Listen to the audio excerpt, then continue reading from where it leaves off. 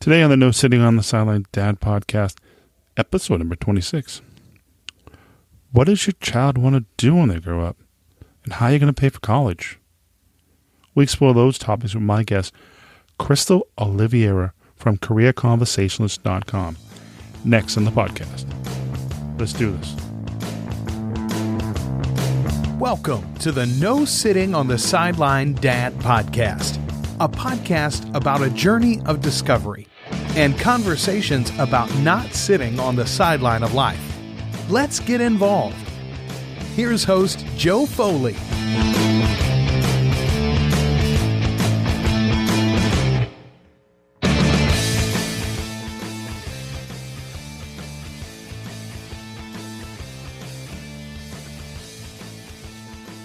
Well, the podcast. I want to say thank you for being here. I know our time is limited, so thank you for listening. This is first time welcome. This is a podcast about having a conversation about being involved in life, not sitting on the sideline. This is a weekly podcast that have a sense of community. What I mean by that is, I want to talk to you. You know, when you connect to me is you can go to nosittingonthesideline.com/contact. You can find all this contact information, email, social media links, and also, right in the right-hand corner, SpeakPipe. Just say hello. I know we're going through similar issues. What I mean is, not all of us similar, but the topics and things that we talk about, things we all go through the same stuff, one way or the other. I'm not an expert. I'm just a dad. Trying to get through this life one day at a time on this journey in this crazy world. So today my guest is Crystal Oliveira from Career Conversationalist, where she helps parents to find their way to pay for college, also teaches parents how to guide their children to explore what they do for a career. Crystal raised over $70,000 in grants and scholarships to pay for her own college education to 2 private schools. The Fashion Institute of Design and Merchandising in San Francisco, and also the Holy Name University in Oakland, California. Crystal has helped others get into their top college choices and help them generate money through grant scholarships and get their hands on experience related to creative fields. Help them explore maybe when they do grow up, like the power of play, or career coaching, or we also talk about how to pay for college and different ways of doing that. So, there's a lot of good information, so let's jump right in. Today on the podcast, my guest, Crystal Oliveira from CareerConversationalist.com, where she helps parents support their children, find their and to choose their path and help their kids afford college. Welcome, Crystal. Welcome to the podcast. Thank you. Thank you for having me. All right, I'm just curious, and how did you get involved into career coaching? How did you get involved in that? A lot of it just started off with I had done the right thing. I had gone to a good school, got good grades. I got $70,000 in grants and scholarship to pay for my college education. I did everything right, got a good job with a good company, and the company ended up going bankrupt. And at the time, it was during the housing collapse in 2008, and people just weren't buying fashion, and I really needed to change careers. And I didn't know where to go, how to pick a career, what to go into. I was really angry because people were like, go get a job.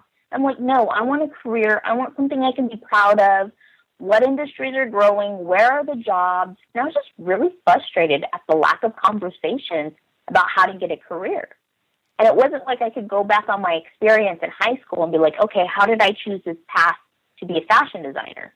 Because in high school, it was the dot-com bubble, and there was money everywhere, and I was in high school taking a fashion design class, as an elective, and people were like, oh, you're good, you should go do that as a career. And that's how I picked my career as a fashion designer. I didn't do a lot of research. So it wasn't like I could go back through the same steps and pick a new career. I was just really frustrated about, how do I do this? What do I pick? What's going to be a good fit for me? How do I make really good money doing something I'm passionate about that utilizes my talents and my strengths? And that's kind of where this whole project started, was there's got to be other people out there who are frustrated just like me. Well, it is kind of true, because, you even have people, myself, who's, I will say I'm 42, and you go through life and you're like, oh, what do I want to do? What do I want to do? And like, next thing you know, you're in your mid-30s and you're like, do I really, am I doing what I'm really supposed to do? And you kind of wish that your parents or you kind of figure out your path early so you could figure out you don't be so confused about your journey. And that's the thing. So many people think, oh, I want to do this because it's cool. And then they spend, college tuition for 4 years only to find out that that's not the career major that they wanted. And I'm like, really? You could have saved, $40,000, $100,000, instead of picking some career that they thought they would have liked and just done a little bit of career exploration in the beginning to find out if that's what they really wanted to do. Well, it's interesting because, we're in my stage of life. I get to see a lot of people who went to college for X and then they're doing Y. I mean, it's funny, but it's like I've noticed a lot of people. I went to a tech school, and a lot of people went for that other part they were working, and now they're not even close to what they were to school for. So it was interesting how to watch it pass. So now I guess a transition would be, I don't know. Can you want to talk a little about the careerconversations.com, your website? What's that all about? Yes. So what it is I always encourage parents to start having a career conversation with their child when they're younger. I think it's really important to do certain things when they're younger and then really start having a serious conversation about junior high. And the reason being is too many parents expect their kid to know what they want to be, and they don't have any life skills. And then what the careers they do think they want, a lot of it has to do with what they see as entertainment on TV. And then they come in with these unrealistic expectations of what is it going to be like. And then they go through college and then they're disappointed. And so a lot of that is, let's have a conversation sooner. What can you do as a family to have family time and have fun and make it an opportunity to have these really interesting conversations with your child as they're growing up? So this way you can alleviate all the stress and pressure that comes from your child being a junior or senior in high school. It's interesting. I've always wondered, well, how do you help a child explore their career options? I mean, I see my son who, all of a sudden I play like the song Footloose, and I see him like he's pretending he's strumming the guitar. I'm going, maybe he likes music. Next thing you know, he's like, Daddy, I want all the construction trucks. Maybe he likes construction. How do you? I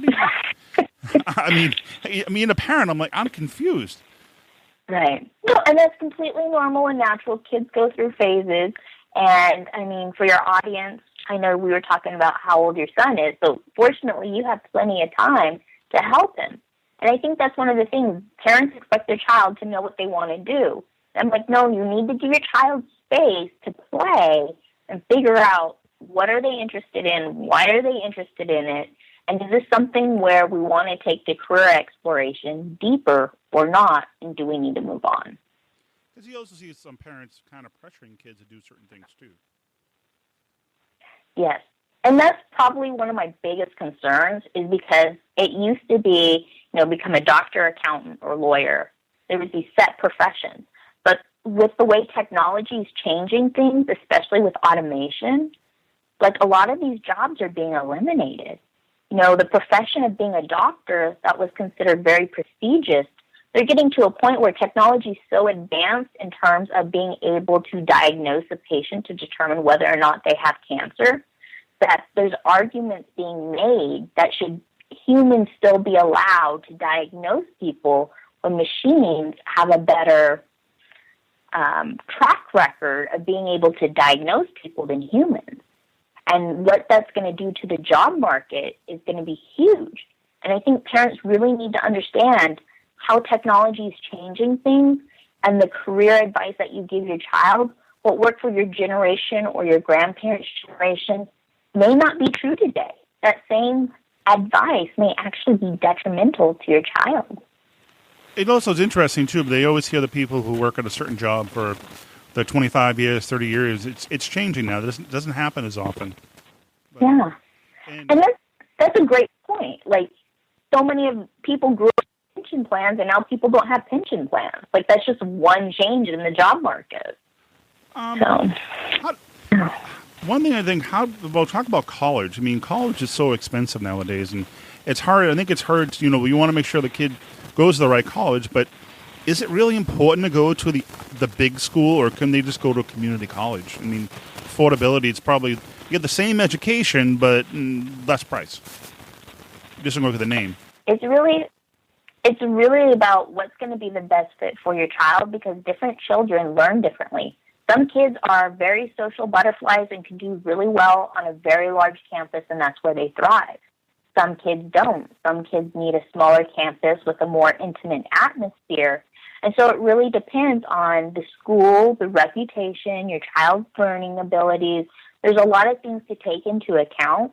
And a school's reputation isn't just how prestigious it is, it's how well are they preparing their students for a career. Because you have a lot of great schools that don't get the press attention. And it could just be that they're spending so much time focusing on the students or building relationships with employers to help come in and do different kinds of involvement activities that maybe they're not focused on the press where some of these other universities are. So that's why people need time to really look at what's a good college. How do you determine a college's reputation? Because most people just go based upon the amount of press that they're getting, and there's a lot more to it than just that. Yeah, it's so like you can see that a lot too. I mean, I've heard people going to like state schools and they've done just as well. A big state school, then they go to a big name school, and they've done very well for themselves. Or some people haven't gone.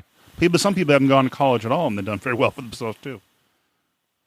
Yep, and that's another path. And then I always think it's interesting because you have a lot of people who go to really big schools and then don't do as well. But you don't hear that. But there's stories out there like that. What is a good, like, how can you help families look for afford college? What would be good suggestions? One, I'm always a big proponent of scholarships, just because one, you're using other people's money, and that's always a good thing. But two, it also teaches a lot of life skills. You know, when a kid applies for a scholarship, I had one student, and, you know, she's thinking, okay, midnight. But she didn't understand the difference between Eastern Standard Time and Pacific Standard Time. And so she missed the scholarship deadline because of that. And so we had this conversation, and to me it's real-life skills that aren't being taught in the school system that kids need to know, especially with the internet and the ability to do business with people in different time zones. I'm like, this is a necessity for today's world. It's not being taught. And so being able to really coach her and have that conversation and help her understand that, I think that scholarships are a great way to go. It's one option to pay for college. There's lots of different ways to do it. I'm a big fan of workshops and understanding, you know, how does the system calculate how much money you have to contribute to your child paying for college. There's certain money they do and don't count. How can you move money, say, from a savings account into a qualified account for retirement so that the government doesn't count that as you having that money available and increase the amount of scholarships you can get? There's a lot of different tips and tricks as far as how to apply and get more money for good test scores for the ACT and SAT, which most kids have to take to get into college anyway. I mean, there's so many little tips and tricks that families can take advantage of if they plan early enough.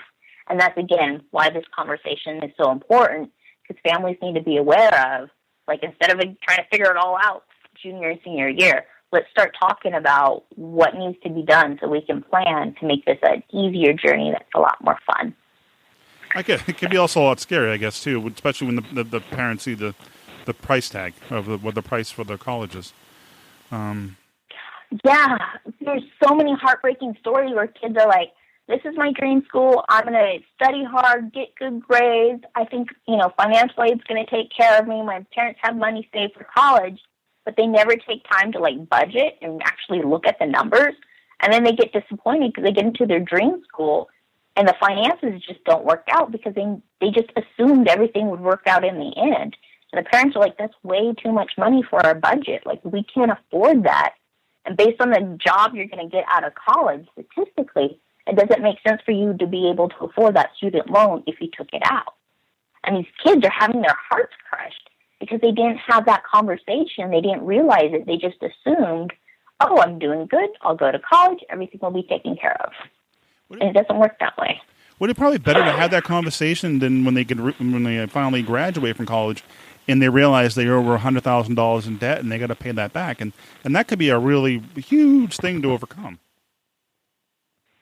Yeah, and a lot of people, it just feels that pressure to maybe I'm not good enough, I can't get a job to pay for it. There's a lot of self-doubt that comes. There's a lot of anger that comes, especially with how getting a job has changed in terms of employers looking at your social media profile. And those are things that I help students when they get scholarships and they go, when I work with them, we talk about how are you representing yourself? Because a lot of the scholarship judges, a lot of the college admission staff, will look up your child's profile online. And so when I work with students to help them start thinking about planning ahead for their future, what it does is it sets them up for when they get a job and employers start looking at their profile. They actually have a heads up and know the game and what to do and what not to do to represent themselves well. But with so many students, they don't understand that. They don't have that conversation. They're struggling to get a job to pay back that student loan debt. And then they don't understand why an employer might be passing them up because they don't like something they posted on social media. It's funny how social media plays such a big part now in everybody's life, even as adults when looking for jobs. Mm-hmm. And I see it too. Then I know some young people who post some stuff, that outrageous stuff, and I'm like, that's going to follow you as you get older. Mm-hmm. Yep. I know. And you're like, no, he didn't. Oh, yeah, he did. Because once it's out there, it's out there. And there's no taking. Yeah, you don't know who's seeing it. You don't know, how long it's going to stick around for. I mean, you think it's going to get buried and then it comes back. It always cracks me up social media, like Facebook. It's like 3 years ago, you posted this. No, I didn't do that. So I'm always thinking about these kids, and I'm like, oh, do you realize, like, what you're doing to your future right now? Like, it's crazy. And it's hard because parents grow up with social media, so they're not used to having these conversations because it's outside of their experience of growing up. So it's a whole new world, especially, I mean, I'm an older parent myself, and I can only imagine what's going to be around in, like I said, my son's going to be turning 4 soon, and what's going to be around when he's ready to think about college. It's going to be a whole new world then, too, especially with the advancement of social media and the change in job markets, too. It's insane how fast technology and everything is moving so fast. Yeah. And that's why I think it's so important for you to have this conversation with your son as he's growing up. Just expose him to different areas and ideas and be okay with if one day he wants to be a construction worker and another day he wants to be something else, because that means he's seeking out what he wants and what he's going to be good at. And then, helping him understand, let's go to a museum, let's explore these different areas, let's talk about it. He's going to be engaged in that career conversation at such a young age that it's just going to make it really easy to pivot and dive deeper and say, is this something you really want to do? Do you want to learn more about it? What can we do to help you learn more about it? It's interesting, and something I wanted to talk about before, and I just thought about it now. As I remember, I don't know if you did when you were in school. Do you remember taking those tests to see what you're good, what your future career would be if you had what your likes? Do you remember taking those kind of tests? Yes. Yep. I don't remember exactly because it's been quite a long time since I'd taken one of those tests, but it was interesting. Do they have anything like that now that help kids kind of figure what they're good at? They do, and here's the thing I don't like about them is, and I remember this going through schools, they give you a list of, like, all the things you'd be good at, and then kids look at the list and they're like, what's a mechanical engineer? I don't know what that is. Next, I don't know what that career is. Next, that career doesn't sound cool. And so what ends up happening is the kids get all these results and they don't understand what any of it means. So it's like, well, what good did it do for them to take the test if they don't have that exposure? And that's another one of my pet peeves. Oh, it's like, okay, so you have this whole movement going on with STEM and STEAM and to get kids involved in mathematics, engineering, technology, arts, and all this stuff. But a lot of the careers, like, oh, they're pushing kids, go be an engineer. Well, what kind of engineer? There's like a whole bunch of different types of engineering we think about, mechanical, chemical. And kids are like, I don't know what that is. Like, they just have no concept, and they're just being pushed to be an engineer. And in their minds, they're just like, why am I, to them it sounds scary. I'm going to commit to a degree, and something has no idea what it is, what I can do with it. And that's where the jobs are. So there's just this huge lack of conversation of kids understanding where are the jobs. Like, yes, it's great. You want them to do math and science and all these great things, but you need to start talking about careers so they can start saying, how can I use this stuff? Because that's the number one thing. I don't know, like, if you remember this when you were in school and kids were always asking, why do I need to learn this? How is this relevant? When am I going to use it? Yep. It's so funny. I'm like, well, I'm not. Well, like even from your very first job, I can remember my very first job. And what was your? I'm curious. What was your very first job you ever had? Outside of college, or just in general, working. Working like did you work during high school? Yes, I actually worked in a consignment shop with clothing. Did you like any good job experience working there? What was your? I learned a lot. I learned what I didn't like. I realized that you can have confrontations with management, and that can create a tension in the atmosphere, especially if they say one thing and then they don't hold up to their end of the bargain. And then as an employee, you don't want to perform as best as you can, just because it's like, well, if they're not holding up to their agreement, why should I? Mm-hmm. And yes, I committed to this for 3 months, so I'm going to play out my part. But just that emotional, like, just being angry at them and then trying to show up and be like, okay, I'm here for customer service. I'm here to do a good job. And just realizing, like, when I was taught to get a job, it's like, oh, go get a job, go get paid. But it wasn't like, okay, I'm interviewing you to see if I really want to work here. And I really missed that piece. And I think there was a little bit of a personality clash. And they told me they'd hire me at one pay rate, and then they didn't, and they hired me at a lower pay rate. So, yeah. I remember, now I go grocery shopping at the local supermarket, which I worked there.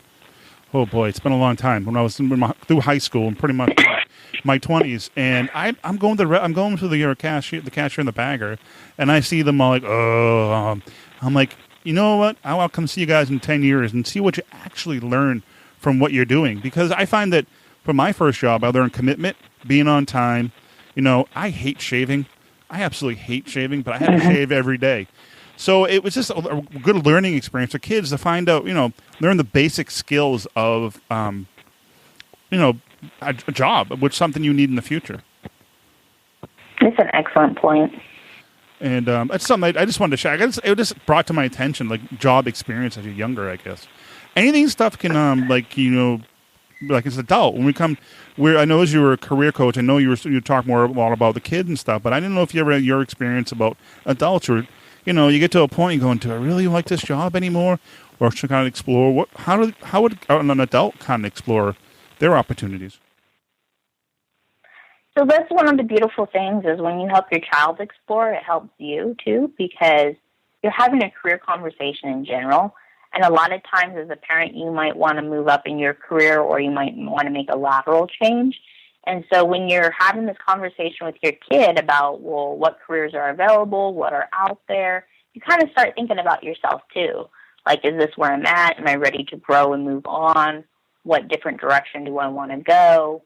And just having that support of your kid. And a lot of times your kid will model you. They're watching you. And so if your kid sees you reading industry magazines or reading articles or talking about it at dinner, or, talking about the pros and cons of maybe applying to a new position, not only are you helping your own career growth, but you're demonstrating to your kid that it's safe to have this conversation. You don't know all the answers, but you're willing to go out there and look and see if this is a good fit for you or not.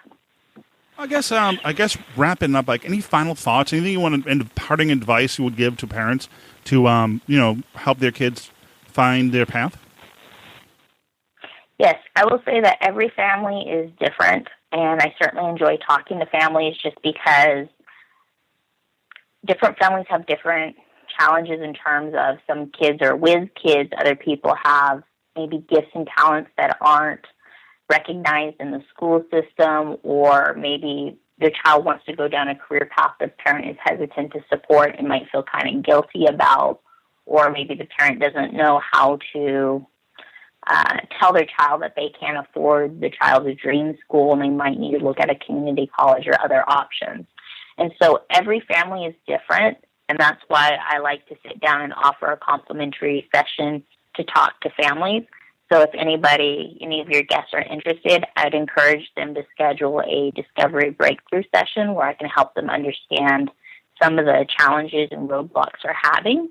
And they can schedule that at careerconversationalist.com/schedule. And if anybody wants to reach out to you, email, social media? Yep, excellent. Email would be crystal@careerconversationalist.com.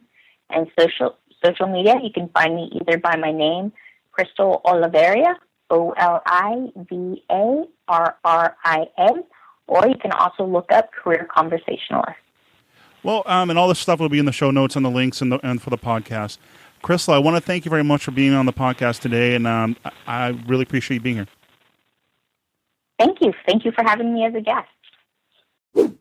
Well, that's all for this episode. I want to thank you for joining me on the No Sitting on the Sideline Dad podcast. Also, I want to thank Crystal Olivier from CareerConversations.com for being a guest on the podcast. You can find all the show notes over at NoSittingOnTheSideline.com/26. Please comment on the podcast. All comments help improve the podcast. Any links we talked about in the show will be in the show notes over there at the website. I can be reached if anyone want to get in touch with me, just say hello, or maybe just constructive feedback. You can find all my contact information, including social media, at NoSittingOnTheSideline.com/contact. You know, college is expensive. Maybe it's not a bad idea to maybe have your kids to kind of explore what they may want to do. Because in the end, it is expensive. So thank you for your time. Until next time, get involved with your children. Teach them, hug them, kiss them, and tell them how much you love them. Because you know what? Time's short. Thank you. Take care. God bless. See ya.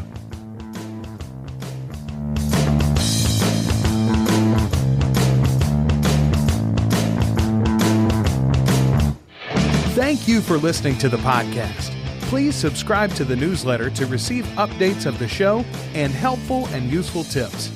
This has been a production of Foley 42 Media.